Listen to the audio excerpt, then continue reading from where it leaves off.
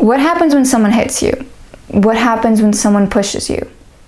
You end up with a scar, a bruise, an injury, something to show. But what happens when someone insults you, demeans you, disrespects you, or even worse, says that your feelings and thoughts are crazy? What do you have to show then? Nothing. Here are 5 must-know signs of emotional abuse and how you may be experiencing it without even realizing it. My name is Olympia. If you are new to my channel, make sure to introduce yourself in the comments below. If you are not, welcome back, folks. I have a degree in cognitive neuroscience, and what I like to do, I like to dissect that pretty little brain of yours and see what makes it tick, but also what makes you talk. So if you want me to help you decipher what is going on up here and give you guys some perspective on those big and little questions in life, make sure to smash that subscribe button and ring that bell so you guys get notified when I make new videos every Thursday. Let's start. So first of all, obvious question, what is emotional abuse? Emotional abuse is any abuse that is not physical in nature, that involves the emotions. It could go from verbal abuse and constant criticism to more subtle ways, such as manipulation, intimidating the person constantly, and refusing to be pleased.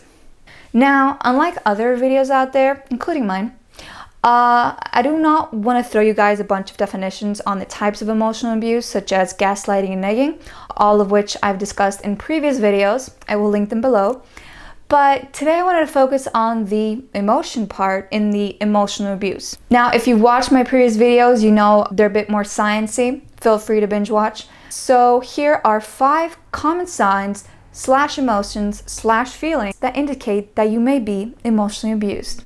So let's start. Sign number 1, or feeling number 1.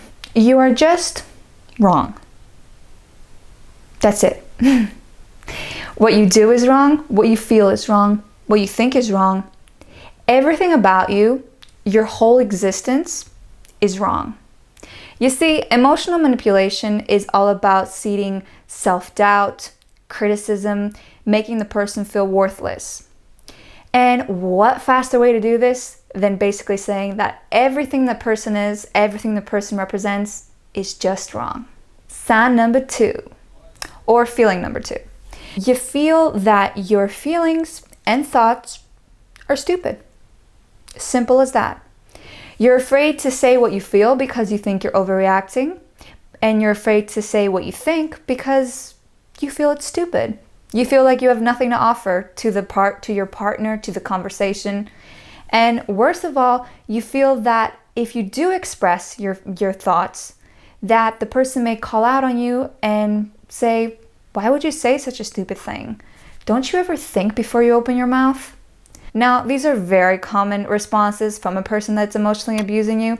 So you just end up keeping silent because literally you're afraid to express yourself. So my video question for you guys today is, has a person ever made you feel ashamed of your thoughts or feelings? Let me know in the comments below.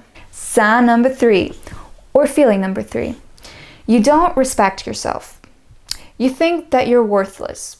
You think that you have nothing to offer the world. Your thoughts, your feelings are pretty much insignificant. And because you feel like you have nothing to offer, you are also terrified that the person may leave you. You may also feel like you have nothing to offer that person because you're thinking, why the hell is that person with me when he is smarter, when he is better, more handsome? Same thing can go for a girl. And you're thinking, wow, that person is amazing. They love me even though I'm worthless, even though I don't offer them anything. Now this has gone to a severe extent of emotional abuse, but this is what I mean when I'm saying that you may be experiencing it without even realizing it. So my channel is all about perspective. First of all, I want to ask you guys a simple thing. I want to ask you to think back and tell me the moment of your life where you did feel that you had something to offer. If you want, share that moment below in the comments. But after that, I want to change your perspective a little. Imagine you were a mom.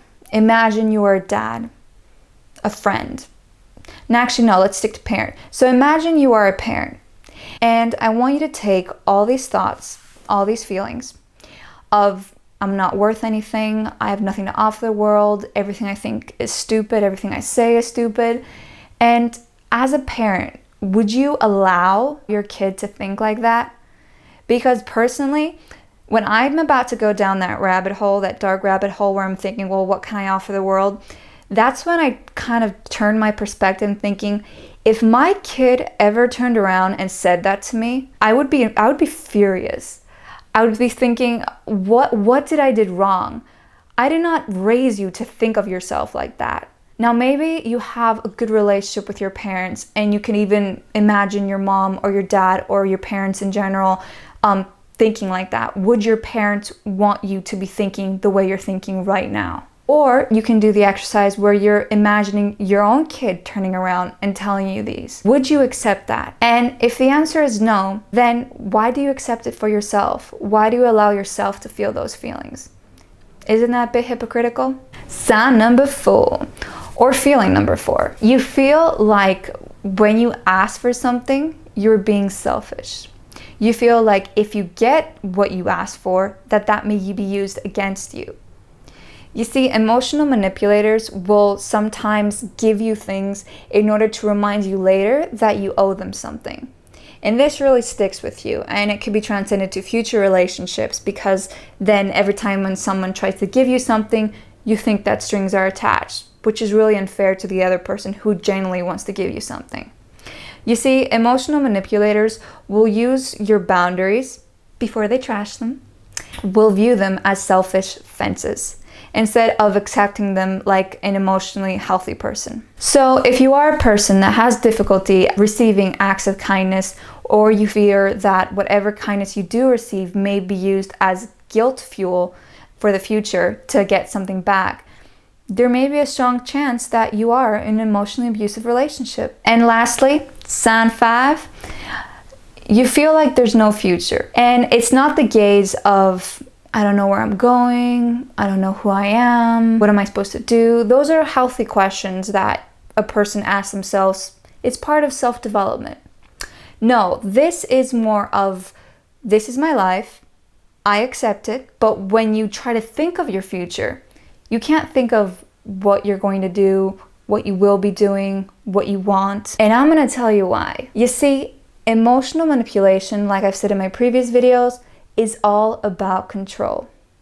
So this person controls your feelings, your surroundings, your thoughts. So let me ask you something. How can you envision a future when your future is dependent and controlled by someone else? How can you draw out a future when you've given the pen and paper to another person?